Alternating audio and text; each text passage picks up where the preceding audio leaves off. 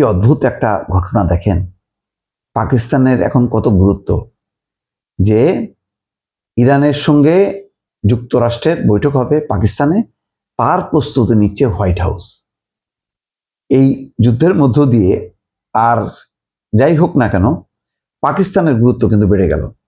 কারণ পাকিস্তান হচ্ছে বিশ্ব শক্তিগুলো যেহেতু এখন সংযুক্ত এই ইরান ভার্সেস ইসরায়েল আমেরিকার যুদ্ধে, সেখানে পাকিস্তানের নামটা চলে আসাটা খুবই গুরুত্বপূর্ণ এবং এক ধরনের এই অঞ্চলের বড় একটি দেশ ভারতের জন্য নিঃসন্দেহে এটা অস্বস্তিকর যে ভারত পাকিস্তানে এরকম গুরুত্বপূর্ণভাবে আবির্ভূত হবে, এটা ভারত কখনো প্রত্যাশা করে না।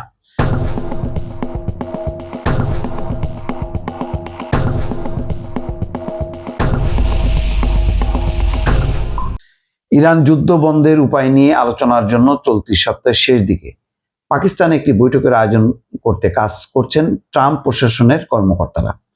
প্রশাসনের দুজন ঊর্ধ্বতন কর্মকর্তা সিএনএনকে এই তথ্য জানিয়েছেন। বর্তমান পরিকল্পনা অনুযায়ী ভাইস প্রেসিডেন্ট জেডি ভ্যান্স এবং সম্ভবত ট্রাম্প প্রশাসনের আরো কয়েকজন শীর্ষ কর্মকর্তার ওই দেশটিতে যাওয়ার কথা রয়েছে। তবে কর্মকর্তারা সতর্ক করে বলেছেন এই সফরের সময়সূচি, স্থান, কারা উপস্থিত থাকবেন তাতে পরিবর্তন আসতে পারে। সূত্রগুলো বলছে পাকিস্তানে সফরের ক্ষেত্রে নিরাপত্তা উদ্বেগের কারণে তুরস্ককেও আলোচনার সম্ভাব্য স্থান হিসেবে বিবেচনা করা হচ্ছে। যদি পাকিস্তানে যদি কোনো নিরাপত্তাজনিত কোনো থাকে, তাহলে বিকল্প হিসেবে তুরস্ককেও রেডি রাখা হচ্ছে। যুক্তরাষ্ট্র এবং ইরানের মধ্যকার বর্তমান কূটনৈতিক তৎপরতায় পাকিস্তান অন্যতম প্রধান মধ্যস্থতাকারী হিসেবে কাজ করছে। অন্যতম প্রধান হিসেবে পাকিস্তান সামনে চলে আসছে।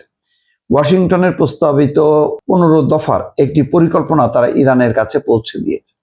দেখেন তাহলে ইরানের সাথে পাকিস্তানেরও কি সংযোগ, যে ওয়াশিংটনের প্রস্তাবটা পৌঁছায় দিছে ইরানে। প্রস্তাবে তেহরানের পারমাণবিক কর্মসূচি এবং ব্যালিস্টিক ক্ষেপণাস্ত্র কর্মসূচির মতো বিষয়গুলো অন্তর্ভুক্ত রয়েছে। তবে এই প্রক্রিয়ায় তুরস্ক ভূমিকা রাখছে। প্রশাসনের একজন কর্মকর্তা জানান, এই সফর সংক্রান্ত আলোচনা আজ বুধবারও হোয়াইট হাউসে অব্যাহত থাকবে বলে ধারণা করা হচ্ছে। প্রেসিডেন্ট ডোনাল্ড ট্রাম্প মঙ্গলবার জানিয়েছেন, ভাইস প্রেসিডেন্ট জেডি ভ্যান্স, পররাষ্ট্রমন্ত্রী মার্কো রুবিও, তার জামাতা জ্যারেড কুশনার এবং বিশেষ দূত স্টিভ উইটকফ বর্তমানে ইরানের সঙ্গে আলোচনার নেতৃত্ব দিচ্ছেন। তবে রুবিও, কুশনার এবং উইটকফও এই আলোচনার জন্য বিদেশ সফরে যাবেন কিনা তা এখনো নিশ্চিত নয়। তাহলে হোয়াইট হাউস প্রস্তুতি নিচ্ছে, কারা কারা থাকবে সব ঠিক আছে। এবং পাকিস্তান এখন মূল মধ্যস্থতাকারী, কারণ ওয়াশিংটনের 15 দফা যে শান্তি প্রস্তাব বা যুদ্ধবিরতির প্রস্তাব, এটা পাকিস্তানই ইরানের কাছে পৌঁছে দিয়েছে। সব মিলিয়ে শক্তিধর দেশগুলোর মধ্যে এই সংঘাতের একটা একেবারে মুখ্য চরিত্র বা দৃশ্যপটে হাজির হলো পাকিস্তান।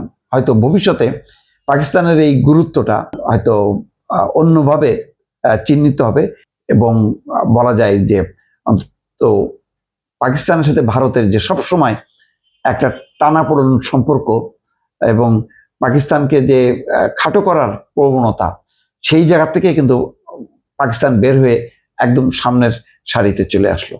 এটাও কূটনৈতিক দিক থেকে পাকিস্তানের একটা বিজয় হিসেবে চিহ্নিত থাকবে। দর্শক।